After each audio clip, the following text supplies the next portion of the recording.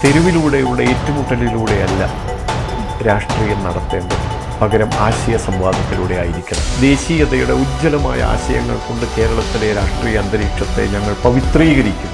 അന്നാ രാത്രി എന്നോടിപ്പോൾ പറഞ്ഞു ചില മുഖങ്ങൾ കണ്ടിരുന്നുവെന്ന്.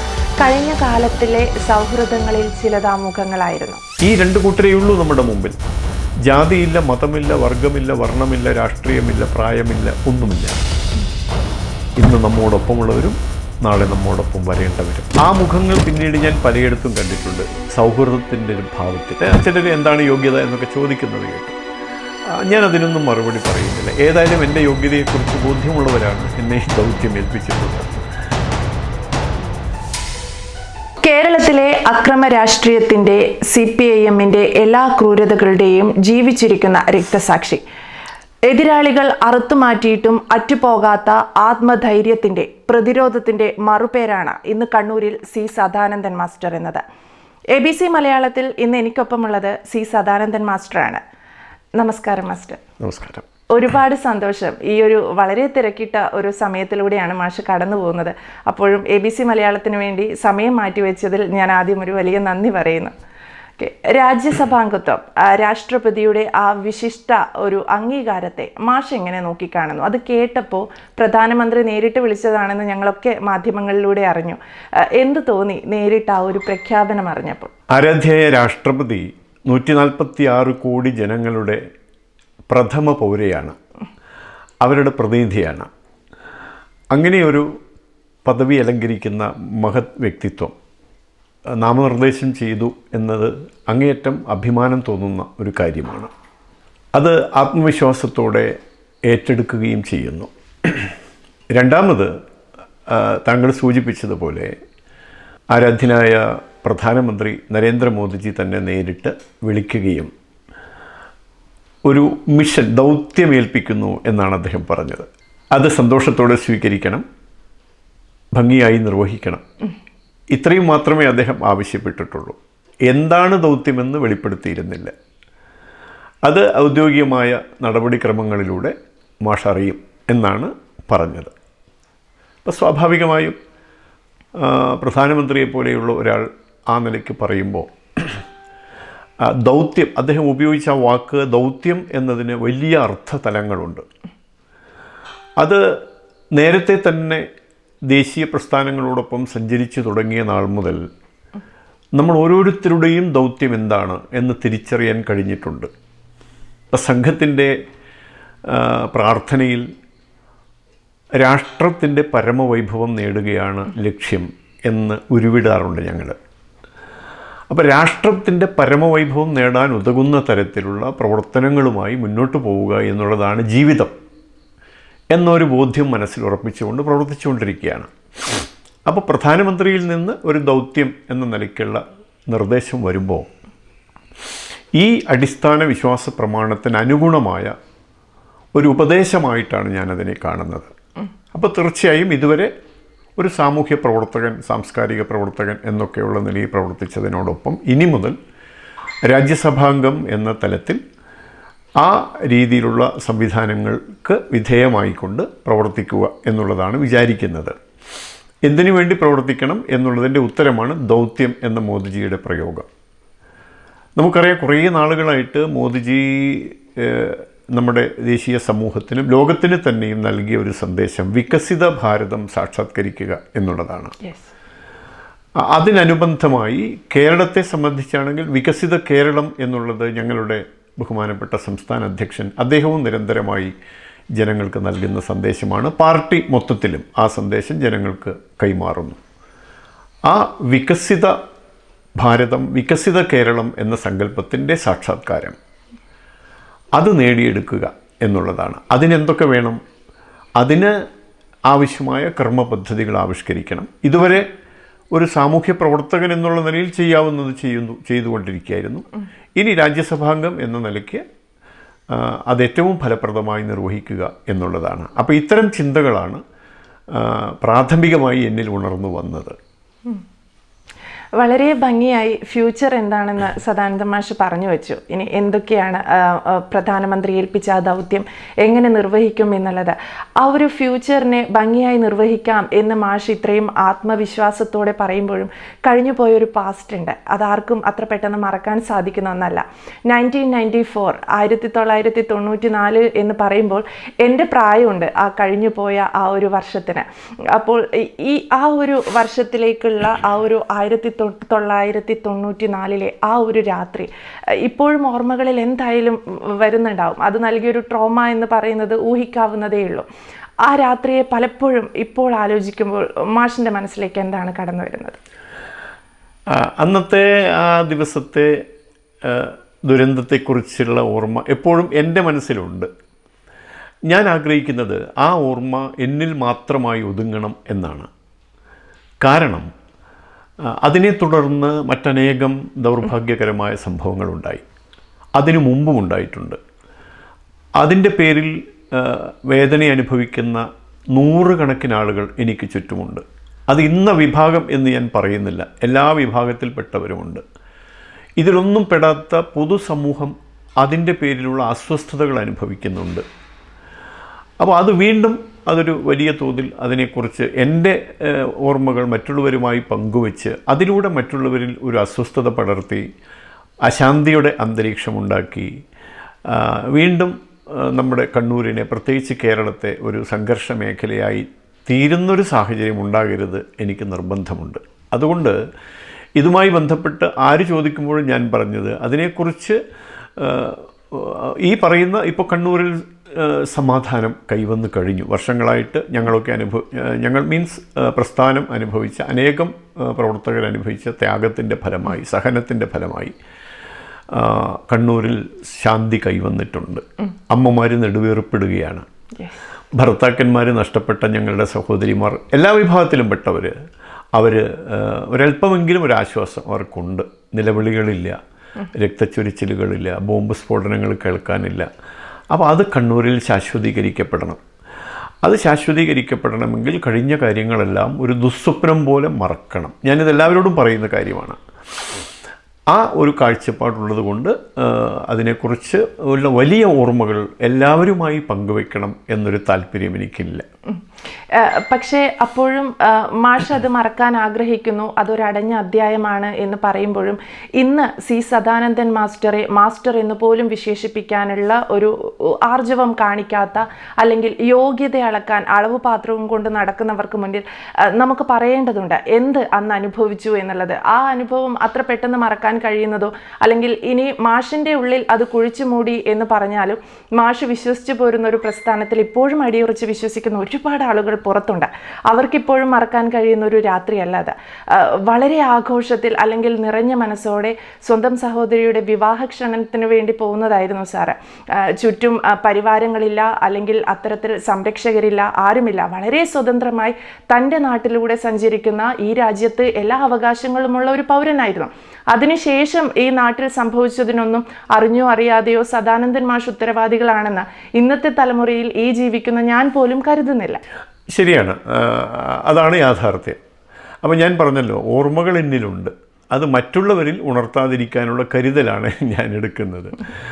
അപ്പോൾ അതുകൊണ്ട് അന്നത്തെ സംഭവം ഞാൻ ഒരു വസ്തുതയുടെ വിശദീകരണം എന്ന നിലയ്ക്ക് വേണമെങ്കിൽ പറയാം. അതായത് താങ്കൾ സൂചിപ്പിച്ചതുപോലെ സഹോദരിയുടെ വിവാഹം നിശ്ചയിച്ചിരിക്കുന്നു.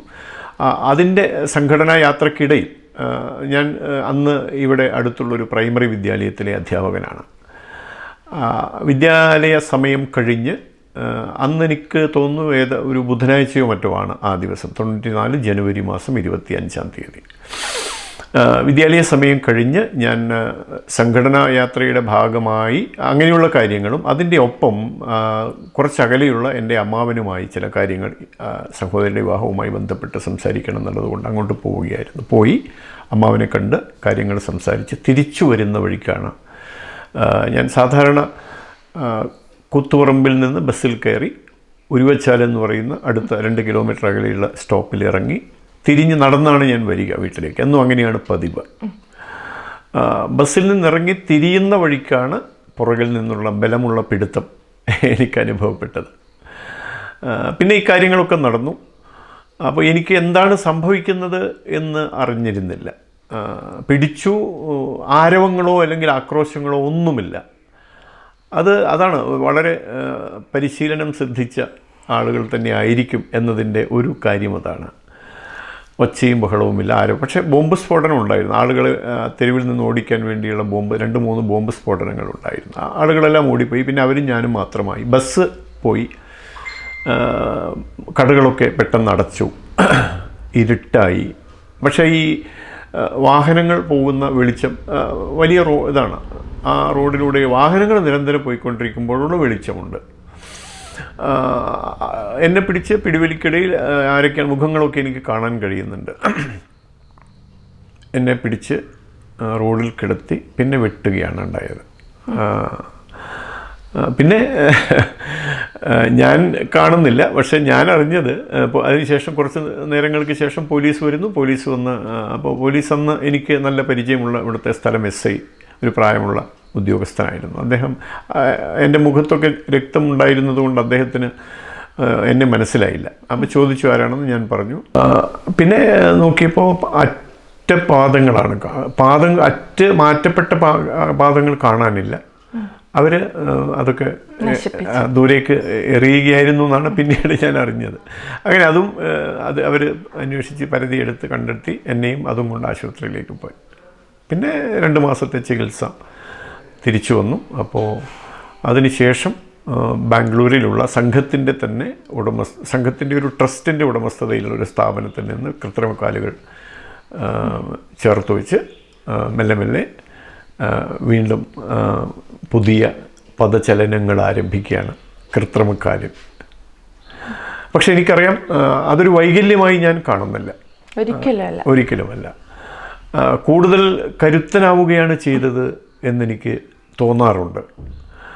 ആ കരുത്ത് ഈ സംഭവത്തിന് ശേഷം നാനാഭാഗങ്ങളിൽ നിന്നും, അത് എൻ്റെ പ്രസ്ഥാനത്തിൽപ്പെട്ടവർ മാത്രമല്ല, എന്നെ ഈ തരത്തിലാക്കിയ കൂട്ടർ ഉൾപ്പെടുന്ന സംഘടനയിലെ ആളുകൾ വരെ എന്നെ സാന്ത്വനിപ്പിക്കാനും സമാധാനിപ്പിക്കാനും എൻ്റെ കുടുംബാംഗങ്ങളെ സമാധാനിപ്പിക്കാനും, അന്ന് ഞാൻ വിവാഹിതനല്ല, എൻ്റെ സഹോദരിമാർ, എൻ്റെ മൂത്ത സഹോദരൻ, അച്ഛനും അമ്മയും അപ്പോഴുണ്ടായിരുന്നു. അവർ നേരത്തെ ഞങ്ങളെ വിട്ടു പോയതാണ്, മരണപ്പെട്ടിരുന്നു. പിന്നെ സഹോദരങ്ങളാണ്, ഞങ്ങൾ 6 പേരാണ്. അവരെ അനേകം ആളുകൾ ഈ രീതിയിൽ നേരിട്ടും, അന്ന് പിന്നെ മൊബൈൽ ഫോണും മറ്റു കാര്യങ്ങളൊന്നുമില്ല, എന്നാൽ ലാൻഡ് ഫോൺ, അത്തരം കാര്യങ്ങളിലൂടെയൊക്കെ അവരെല്ലാവരും ഉണ്ടായിരുന്നു, എല്ലാവരും ഉണ്ടായിരുന്നു. അതുപോലെ മറ്റനേകം സംഘത്തിൻ്റെ, BJPയുടെ മറ്റ് സംഘപ്രസ്ഥാനങ്ങളുടെ മുതിർന്ന കാര്യകർത്താക്കളുടെ സന്ദർശനം, അവരുടെ സാന്ത്വനം, അവരുടെ വാക്കുകൾ, ഇതൊക്കെ എന്നെ കൂടുതൽ കരുത്തനാക്കി എന്നുള്ളതാണ്. ആ കരുത്തിനൊപ്പം എനിക്ക് തോന്നുന്നു ചേർത്ത് പറയേണ്ടുന്ന ഒരു പേരാണ് വനിതാ റാണി എന്നുള്ളത്. ആളുടെ ആ ഒരു തീരുമാനം വളരെ റെസ്പെക്റ്റോടെ ഇന്നത്തെ കാലത്ത് നിന്ന് ഞാനൊക്കെ ആലോചിക്കുന്നു, അന്ന് എങ്ങനെ യെസ് പറഞ്ഞിട്ടുണ്ടാവും എന്ന്. വളരെ കിഡിഷായിട്ടുള്ള ഒരു ചോദ്യം കൂടിയാണത്. അന്ന് എങ്ങനെ ആ ഒരു തീരുമാനത്തിൽ എത്തിയിട്ടുണ്ടാവും? അവർ അന്നെടുത്ത തീരുമാനമല്ല. ഞങ്ങൾ ഒരുമിച്ച് അധ്യാപക ബിരുദം നേടാൻ ആസാമിലാണ് ഞാൻ പഠിച്ചത്. അന്ന് എൻ്റെ കൂടെ പഠിച്ച ഒരു ആളാണ് എൻ്റെ സഹധർമ്മിണി. അപ്പോൾ അന്ന് ഞങ്ങൾ സ്വാഭാവികമായും സഹപാഠികൾ എന്നുള്ള നിലയ്ക്കുള്ള അടുപ്പം. പിന്നെ അവരും സംഘ പശ്ചാത്തലമുള്ള കുടുംബത്തിലെ ആളാണ്. അപ്പോൾ സംഘം എന്താണെന്നറിയാം, സംഘപ്രവർത്തനം എന്താണെന്നറിയാം. അപ്പോൾ ആ നിലയ്ക്ക് ഞങ്ങൾ തമ്മിൽ കൂടുതൽ അടുത്തു. ആ അടുപ്പം ജീവിതം പങ്കിടാനുള്ള ഒരു തീരുമാനമായി പരിണമിച്ചു. അങ്ങനെ ഞങ്ങൾ നേരത്തെ തന്നെ ഞങ്ങൾ പരസ്പരം ജീവിതം പങ്കിടാനുള്ള, അതൊരു നമ്മുടെ ഇപ്പോഴത്തെ ഭാഷയിൽ ഒരു പ്രണയമെന്നോ അങ്ങനെയൊന്നും അതിനെ വിശേഷിപ്പിക്കാൻ സാധിക്കില്ല. അങ്ങനെയായിരുന്നില്ല. ഒരു ആത്മബന്ധം ഉടലെടുത്തു. ആ ആത്മബന്ധം ജീവിത പങ്കാളി എന്ന നിലയ്ക്ക് പരസ്പരം സ്വീകരിക്കാനുള്ളൊരു മനസ്സായി രൂപപ്പെട്ടു. ഒരു 90 കിഡിൻ്റെ വളരെ ക്ലീഷേ ക്വസ്റ്റ്യനാണ് സാറ്. മാഷ് അങ്ങനെ കണ്ടാൽ മതി. എപ്പോഴെങ്കിലും മാഷ് ഒന്ന് തിരുത്താൻ ശ്രമിച്ചിരുന്നോ? ഇത് വേണോ, നീ ആലോചിച്ചിട്ടാണോ എന്ന് ശ്രമിച്ചിരുന്നു. ഞാൻ ഈ അപകടം പറ്റി ആശുപത്രിയിൽ കഴിയുന്നതിന് തൊട്ടടുത്ത ദിവസം തന്നെ അവരുടെ ചേച്ചിയെയും കൂട്ടി എന്നെ കാണാൻ വന്നിരുന്നു. അപ്പോൾ ഒരുപാട് പേര് എൻ്റെ ചുറ്റും ഉണ്ടായിരുന്നു. അപ്പോൾ ദൂരേക്ക് മാറി നിന്നു. ഞാനത് കണ്ടപ്പോൾ എനിക്ക് സമ്മിശ്ര വികാരങ്ങളുണ്ടായി. തീർച്ചയായിട്ടും അവരെ ഞാൻ അടുത്തോട്ട് വിളിച്ചു. അവർ എൻ്റെ കട്ടിലിനരികിൽ വന്ന് നിന്നു. കരയുകയോ കണ്ണീരൊലിപ്പിക്കുകയോ ഒന്നും ഉണ്ടായില്ല. ആ രീതിയിൽ ഒരു നിസ്സംഗഭാവത്തോടെയാണ് അവരെന്നെ അന്ന് നോക്കിയത്. അപ്പോൾ ഞാൻ ആ സമയത്ത് ഞാനാണ് പിന്നെ സംസാരിച്ചത്, സംസാരത്തിന് തുടക്കം കുറിച്ചത്. ഞാൻ പറഞ്ഞു, ഇപ്പം എൻ്റെ അവസ്ഥ കണ്ടല്ലോ, ഇനി അങ്ങോട്ടുള്ള ജീവിതം ഒന്ന് മാറി ചിന്തിച്ചോളൂ. നമ്മൾ നേരത്തെ എടുത്ത തീരുമാനം ഇപ്പോൾ നിലവിലില്ല എന്നെ സംബന്ധിച്ച്. കാരണം ജീവിതം എന്ന് പറയുമ്പോൾ അങ്ങനെയാണല്ലോ, അത് ഇനി അങ്ങനെ സാധിക്കുമോ എന്ന് എനിക്കറിയില്ല. അതുകൊണ്ട് മാറി ചിന്തിക്കാനുള്ള അവസരമുണ്ട്, അത് ചെയ്യണം എന്ന് ഞാൻ അവരോട് റിക്വസ്റ്റ് ചെയ്തു. അതിനൊരു മറുപടിയും പറഞ്ഞില്ല. അത് കേട്ടപ്പോൾ എൻ്റെ കൈകളിങ്ങനെ അമർത്തി ഒന്ന് പിടിച്ചു. കൂടെ ഞാനുണ്ടാകും എന്ന് മാത്രം പറഞ്ഞു. എന്നിട്ട് അവർ തിരിച്ചുപോയി. അന്ന് അവിടെ തുടങ്ങിയ യാത്രയാണ് ഇന്ന് ഞാൻ ഈ വീട്ടിൽ വരെ കണ്ടു. മാഷ് ജീവിതത്തിൻ്റെ ഈ ഒരു ജേണി മാഷ് ഇപ്പോഴും വളരെ സൗമ്യതയോടെ ചിരിച്ച മുഖത്തോടെയാണ് മാഷ കഴിഞ്ഞു പോയ ഒരു കാലത്തെക്കുറിച്ച് പറയുന്നത്. അപ്പോഴും കണ്ണൂരിൽ മാഷ് പറയുന്നുണ്ട്, കണ്ണൂരിൽ മാഷ് ഉൾപ്പെടെയുള്ള പലരും നേടിത്തന്ന ഇന്ന് ഞങ്ങളൊക്കെ അനുഭവിക്കുന്ന ഈ ഒരു സമാധാനത്തെക്കുറിച്ച്. എന്തുകൊണ്ടോ അന്നത്തെ കാലത്ത് സമാധാനക്കേടുകൾ ഉണ്ടാക്കിയാൽ മാത്രമേ രാഷ്ട്രീയം, ഞങ്ങൾ വിചാരിക്കുന്ന രാഷ്ട്രീയം വളർത്തിയെടുക്കാൻ പറ്റൂ എന്ന ഉത്തമ ബോധ്യമുള്ളൊരു കൂട്ടരായിരുന്നില്ലേ അത്? തീർച്ചയായിട്ടും അത് നമുക്കറിയാലോ. ഇതിന് ശേഷം പിന്നെ പരമ്പരകളുണ്ട്, അക്രമ പരമ്പരകൾ. ഒരുപാട് പേർക്ക് ജീവൻ നഷ്ടപ്പെട്ടു. അത് ഞങ്ങളുടെ പ്രസ്ഥാനത്തിൽപ്പെട്ടവർ മാത്രമല്ല. അതുകൊണ്ട് ഞാൻ അവർക്ക് വേണ്ടി മാത്രവുമല്ല സംസാരിക്കുന്നത്. എല്ലാ കുടുംബങ്ങളിലുമുള്ള കണ്ണീരും ദുരിതങ്ങളും, അച്ഛനില്ലാത്ത മക്കൾ, ഭർത്താവില്ലാത്ത വിധവകളായ സഹോദരിമാർ, മക്കൾ നഷ്ടപ്പെടുന്ന മാതാപിതാക്കൾ, കാര്യകർത്താക്കൾ നഷ്ടപ്പെടുന്ന പ്രസ്ഥാനങ്ങൾ, ഇതൊക്കെ സത്യത്തിൽ ഞാൻ പറഞ്ഞല്ലോ, അതൊക്കെ വീണ്ടും ഓർമ്മിക്കാൻ എനിക്ക് താല്പര്യമില്ല. അല്ലെങ്കിൽ ആ സാഹചര്യത്തെക്കുറിച്ച് കൂടുതൽ വിശദീകരിക്കുന്നത് ഗുണകരമല്ല. അതവിടെ ഇരിക്കട്ടെ. എന്നാൽ ഇതെല്ലാം മാറണം എന്നുള്ള ആത്മാർത്ഥമായ ആഗ്രഹം, അതിനു വേണ്ടിയുള്ള കർമ്മ പദ്ധതികൾ ഒക്കെ നമ്മൾ ആലോചിക്കുന്നുണ്ടായിരുന്നു. സംഘവും പാർട്ടിയും ഒക്കെ ആലോചിക്കുന്നുണ്ടായിരുന്നു. ആ ആലോചനയുടെയൊക്കെ ഫലമായിട്ട് സമാധാനം കൈവരുത്തണം എന്നുള്ളതിൻ്റെ പേരിൽ കഠിനമായി പരിശ്രമിച്ചപ്പോൾ ഏതായാലും സമാധാനമുണ്ടായി. പക്ഷേ ഒരു കാര്യമുള്ളത്, മാർക്സിസം എന്ന് പറയുന്ന പ്രത്യയശാസ്ത്രം, അതിനുവേണ്ടി പ്രവർത്തിക്കുന്ന ആളുകൾ, അവരെ നയിക്കുന്നത് നമ്മൾ പൊതുവിൽ കേൾക്കുന്നത് അധസ്ഥിതൻ്റെ, പാവപ്പെട്ടവൻ്റെ, അകറ്റി നിർത്തപ്പെട്ടവൻ്റെ, ചൂഷിതൻ്റെ ഒക്കെ ജീവമന്ത്രമാണ് ഈ ആശയം എന്നൊക്കെയാണ്. ആയിരിക്കാം. പക്ഷെ പ്രയോഗത്തിൽ അങ്ങനെയല്ല നമ്മുടെ അനുഭവം. സംഘത്തിൻ്റെ രണ്ടാമത്തെ സർസംഘചാലക് പരംപൂജനീയ ഗുരുജി മാർക്സിസത്തെ നിർവചിച്ചത് dangerous in practice, incomplete in theory എന്നാണ്. Incomplete in theory, dangerous in practice. ആശയപരമായി പൂർണ്ണമല്ലാത്തതും പ്രായോഗികമായി അപകടകരവുമായ സിദ്ധാന്തം എന്നാണ്. പ്രായോഗികമായി അപകടകരം എന്ന് പറയാൻ എന്താ കാരണം എന്നിങ്ങനെ ഇതൊക്കെ നമ്മുടെ അനുഭവങ്ങളാണ്. പക്ഷേ അതൊന്നുകൂടി ബലപ്പെടുത്താൻ കഴിയുന്നൊരു അനുഭവം എനിക്കുണ്ടായിട്ടുണ്ട്. അത് ഒരിക്കൽ കോഴിക്കോട് വെച്ച് നടന്ന ഈ പറയുന്ന ജനാധിപത്യ സംരക്ഷണ പ്രസ്ഥാനം ആരംഭിച്ചിരുന്നു ഈ അക്രമ രാഷ്ട്രീയത്തിനെതിരായിട്ട്. അതിൻ്റെ പേരിൽ ഒരു സിമ്പോസിയം കോഴിക്കോട് വെച്ച് സംഘടിപ്പിച്ചിരുന്നു. ആ സിമ്പോസിയത്തിൽ സ്വാഭാവികമായി ഞാനൊരു പ്രഭാഷകനായി. ഞാനന്ന് ജന്മഭൂമി പത്രത്തിൽ സഹപത്രാധിപരായിട്ട് കോഴിക്കോട് ജോലി ചെയ്യുകയായിരുന്നു ഈ സംഭവത്തിന് ശേഷം.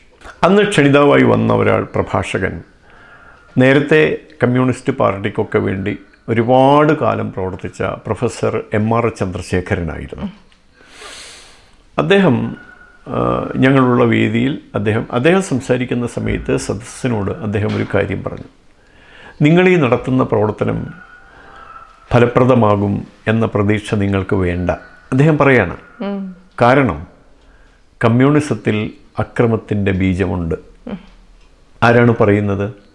ജീവിതത്തിൽ മുഴുവൻ കമ്മ്യൂണിസ്റ്റ് ആശയത്തിന് വേണ്ടി ഒരുപാട് കാര്യം ചെയ്ത ആളാണ്.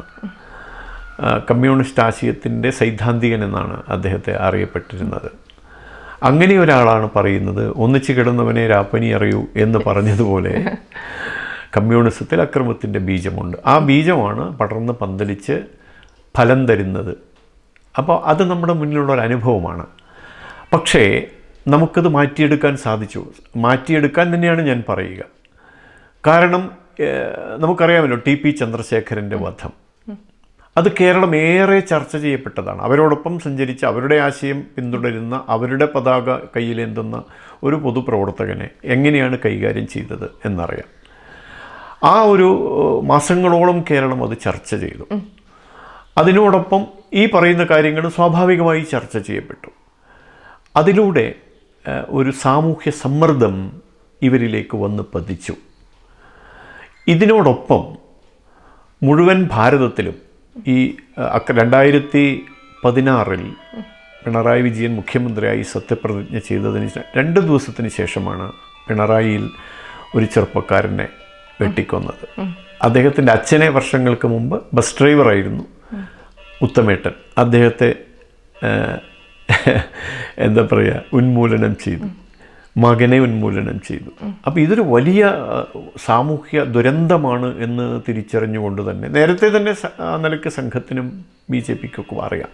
അപ്പോൾ ദേശീയ തലത്തിൽ സംഘത്തിൻ്റെ മുതിർന്ന പ്രചാരകനും പ്രജ്ഞാപ്രവാഹിൻ്റെ ദേശീയ സംയോജകനുമായ പ്രിയപ്പെട്ട നന്ദേട്ടൻ ജെ നന്ദകുമാർ, അദ്ദേഹം മുൻകൈ എടുത്തുകൊണ്ട് സംഘത്തിൻ്റെ ദേശീയ നേതൃത്വം തന്നെ തീരുമാനമെടുത്തതിൻ്റെ ഫലമായിട്ട് ഭാരതം മുഴുവൻ ഈ മാർക്സിസ്റ്റ് അക്രമത്തിനെതിരായിട്ടുള്ള ഒരു ക്യാമ്പയിൻ വേണം എന്ന് തീരുമാനിച്ചു. അങ്ങനെ മുഴുവൻ ഭാരതത്തിലും, എന്തിനധികം അന്ന് നമുക്കറിയാം JNU എന്ന സ്ഥാപനം, ആ സ്ഥാപനത്തിൽ ക്യാമ്പസിനുള്ളിൽ വിദ്യാർത്ഥികൾ പങ്കെടുക്കുന്ന പരിപാടി ഉൾപ്പെടെ സംഘടിപ്പിച്ചുകൊണ്ട്, നിരവധി പ്രദർശനങ്ങൾ സംഘടിപ്പിച്ചുകൊണ്ട്, ഇതിൻ്റെ അക്രമത്തിൻ്റെ ദുരിതം അനുഭവിക്കുന്നവരെ പൊതുസമൂഹത്തിൻ്റെ മുമ്പിൽ അവതരിപ്പിച്ചുകൊണ്ട് എല്ലാ തലത്തിലും ഈ അക്രമത്തെ, അതിൽ നിഷേധാത്മകമായി അവരെ ചീത്ത വിളിക്കാനോ അല്ലെങ്കിൽ അവരെ കുറ്റപ്പെടുത്താനോ അല്ല, ഇതരുത് എന്നൊരു സന്ദേശം സമൂഹത്തിന് നൽകാൻ വേണ്ടിയുള്ള ശക്തമായ ക്യാമ്പയിനിങ് നടന്നിരുന്നു.